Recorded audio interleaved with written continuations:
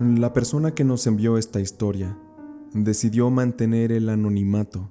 Por esa razón la llamaremos como Andreita. Y para iniciar, es necesario regresar un poco en las décadas y situarnos en la ciudad de León, Guanajuato, a finales de la década de los 70. En aquella colonia, la madre de Andreita había comprado un par de terrenos, y como su padre, don Agustín, sabía de albañilería, fue así que, junto con dos de los hermanos de Andreita, se pusieron a construir, hasta lograr un par de habitaciones y unas bardas en el patio para poder privar aquello de los ladrones. El avance era un poco lento, dado que el papá y los hermanos de Andreita tenían otros trabajos.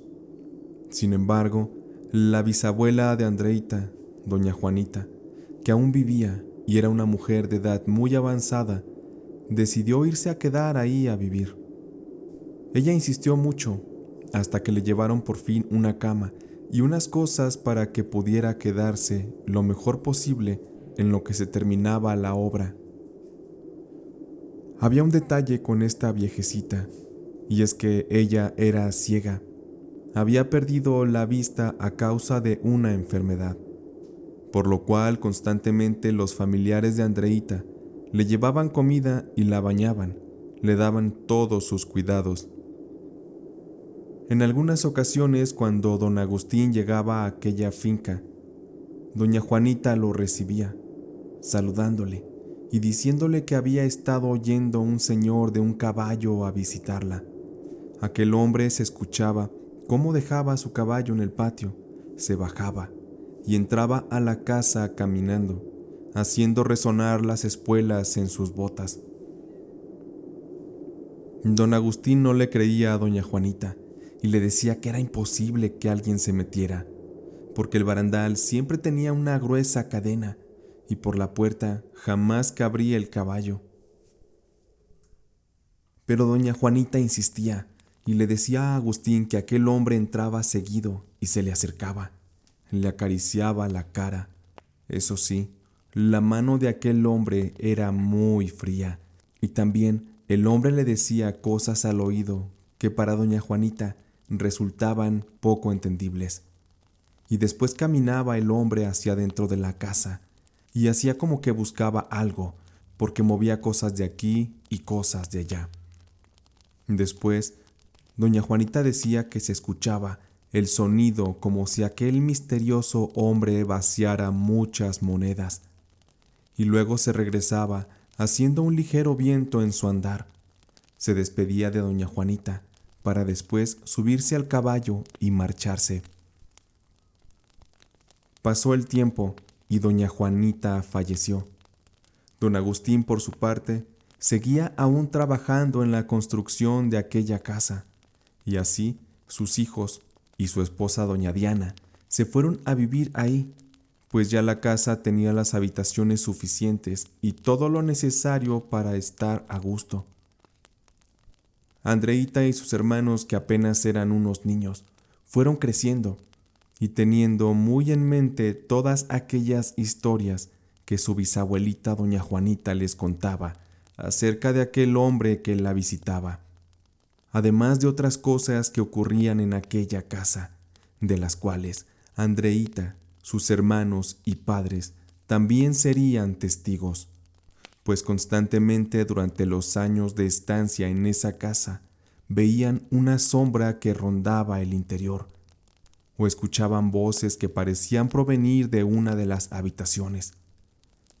Y esas voces efectivamente hablaban cosas que no se lograban entender, y también se escuchaban los pasos de alguien que subía y bajaba las escaleras.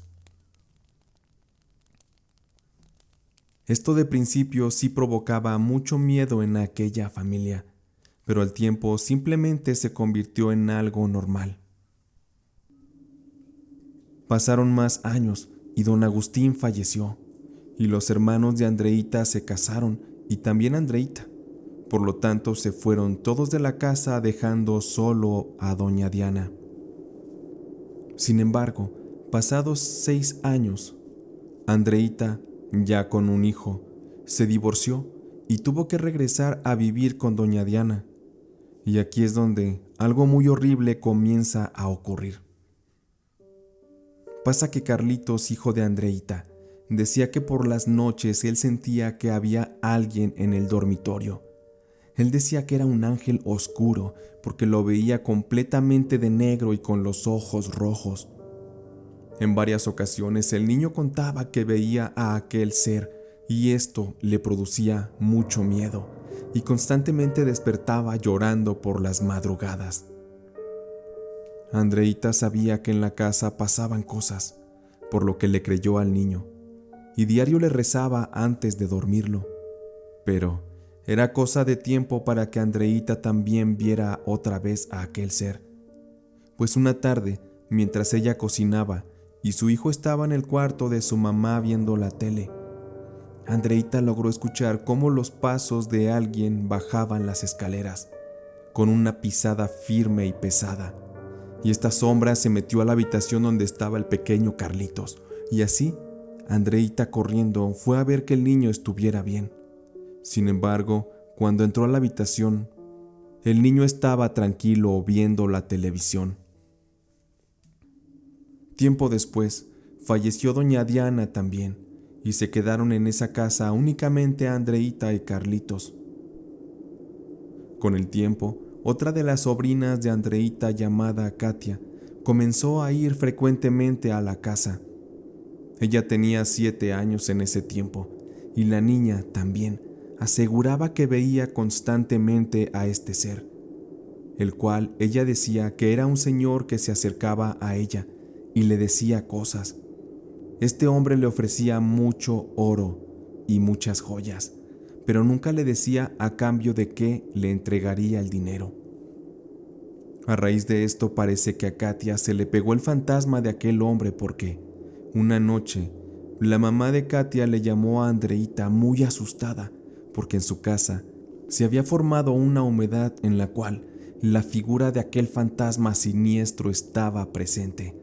Y Katia, llorando, le decía a su mamá que aquella formación en la pared era idéntica a la del hombre oscuro que habitaba en la casa de Andreita. Claramente se le podía ver una nariz afilada, pómulos pronunciados, una sonrisa demoníaca, y Katia aseguraba que era igual al fantasma, así que ellas estaban muy asustadas. De esta forma, Andreita, que ya acostumbraba a lidiar con estas cosas, se dirigió para allá de inmediato, llevando consigo agua bendita, con la cual roció aquella pared y con una mezcla de cemento se dispusieron a tapar aquella humedad y también comenzaron a rezarle un rosario. Pero nada de eso funcionó, porque al par de días la madre de Katia llamó a Andreita muy asustada, porque aquella sombra se aparecía constantemente en su casa y por las noches no dejaba dormir a Katia, porque se la pasaba hablándole al oído y diciéndole cosas. La niña, como se imaginarán, no paraba de llorar y decía que veía a aquel hombre parado junto a la cama y que los estaba observando a todos. Así que Andreita fue de inmediato y bendijo la casa nuevamente y se pusieron otra vez a rezar. Esto hizo que por instantes el fantasma de aquel hombre oscuro se fuera y desapareciera. Sin embargo, rato después volvía a regresar. La situación definitivamente ya había llegado a un punto en el que era necesario pedir ayuda a alguien con experiencia, o de lo contrario, la niña sufriría algún daño del cual se arrepentirían. Así que sin perder el tiempo, Andreita llamó a un sacerdote que le habían recomendado, y este aceptó recibirlas para atender a Katia. 2 días después, a bordo de un vehículo y camino a la casa del padre, iban Andreita, la mamá de Katia y también esta última. Aquello era de no creerse. Lo que pasaba era como salido de una película, porque al ir en el auto avanzando por las calles, las lámparas del alumbrado público comenzaban a titilar.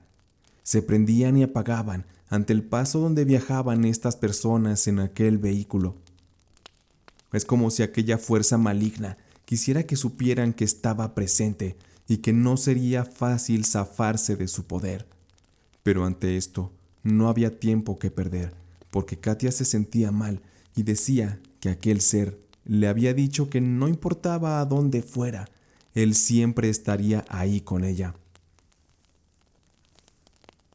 Finalmente Andreita, Katia y su madre llegaron a la casa del padre, y justo cuando tocaron el timbre, la lámpara del alumbrado de la calle se apagó y comenzó a hacer un aire muy fuerte que levantaba mucho polvo, creando un ambiente de aún mayor tensión. Andreita le dijo a su hermana y a Katia que se fueran al auto en lo que el padre salía. Esto con la finalidad de que Katia estuviera más segura. Sin embargo, la niña seguía asegurando que la sombra de aquel hombre estaba dentro del automóvil y le extendía las manos en invitación a que la llevaran con él. La pequeña estaba aterrada y no paraba de llorar. Después de unos minutos salió el padre, saludó y se le quedó viendo a Katia, haciendo un gesto de horror. Esto de inmediato causó preocupación, así que el padre pidió que pasaran, porque la situación parecía ser más grave de lo que él pensaba. Ya estando adentro, Andreita estaba por explicarle todas las cosas que estaban ocurriendo al padre y lo que les había sucedido en el camino. Sin embargo, el padre la interrumpió, diciéndole que no era necesario que se le explicara nada, porque aquel ser maligno ya se le había manifestado a él y le había pedido que no se metiera en aquel asunto o también saldría mal. Pero el padre se mostró valiente, diciendo no tener miedo a aquel ser, y sin más, les pidió que pasaran a una habitación donde aquel sacerdote llevaría a cabo una especie de ritual parecido a un exorcismo. En aquella habitación había muchas velas, imágenes del Santísimo y de la exorcizada. Había un aroma a incienso, y el padre tenía listos muchos de los utensilios que necesitaba para ayudar a Katia. El padre pidió que se pusiera a la niña en una silla y se formara un círculo a su alrededor. Y en eso él empezó ahí a rezar, al parecer de una Biblia o algún libro en latín. Y cuando aquellas palabras sagradas salían de su boca, se escuchaba como en las afueras el aire estaba azotando con furia la ventana, y pese a que no se metía hacia adentro de aquella habitación, las velas parecía que se iban a apagar, pues la llama de estas parecía ser azotada por los soplidos del mismo demonio. Y Katia, que lloraba y parecía agonizar. Y es que en sí, ella no estaba poseída realmente, pero era necesario despegarle ese demonio que la acechaba y que parecía querer apoderarse de su alma. La niña, un instante después de escuchar los rezos del padre, quedó sentada e inconsciente en aquella silla. El sacerdote se acercó y le puso la mano en la frente. Comenzó a liberarla y a pedir a aquella entidad que se alejara de ella, que esa alma no le pertenecía. La habitación estaba cada vez más fría y Andreita y su hermana muertas de miedo, llorando porque no podían creer lo que estaban viviendo. Solamente querían que la terrible escena de aquella pesadilla terminara. Y es que una de las veladoras, sin que nadie la moviera, se fue recorriendo hasta caerse al suelo, haciendo presente que la entidad estaba ahí para luchar y que no sería fácil vencerla. Pero el padre rezaba y gritaba con fuerza, a la vez que rociaba con agua bendita a Katia, y así por un rato, hasta que todo volvió a la calma. Afuera empezó a llover, pero dentro de la casa del padre todo estaba tranquilo. Katia despertó y abrazó a su mamá, y Andreita estaba muy agradecida con el padre por la ayuda.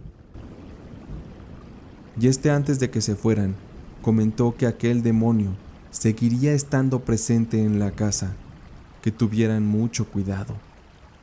Él les prometió que iría a bendecir, pero era seguro que al tiempo la entidad resurgiría, así que él recomendaba abandonar aquella casa, porque ese fantasma era una especie de guardián de un tesoro que estaba enterrado bajo el suelo del terreno donde se había construido la vivienda. Así que era natural que el demonio permaneciera ahí, hasta que alguien sacara el dinero y él por fin pudiera liberarse. Escuchar esto era sorprendente, porque Andreita jamás había contado al padre lo que doña Juanita escuchaba de aquel hombre del caballo que tiraba las monedas. Aquel día se retiraron del lugar y posteriormente el padre fue a hacer bendiciones, con las cuales aquella entidad se calmó. Y fue así que Andreita y su familia decidieron aprovechar para vender la casa, para liberarse por fin de aquel ser oscuro, o al menos eso es lo que parecía. Y es que aunque aquí termina esta historia o este capítulo, es de saberse que Katia, después de algunos años, comenzó a experimentar cosas paranormales de manera recurrente. Comenzó a ser atacada por entidades, comenzó a ver fantasmas y a ser acechada nuevamente por la oscuridad. Hasta la fecha se han buscado infinidad de medios de ayuda, pero parece que la oscuridad y las tinieblas seguirán muy cerca de ella por el resto de su vida.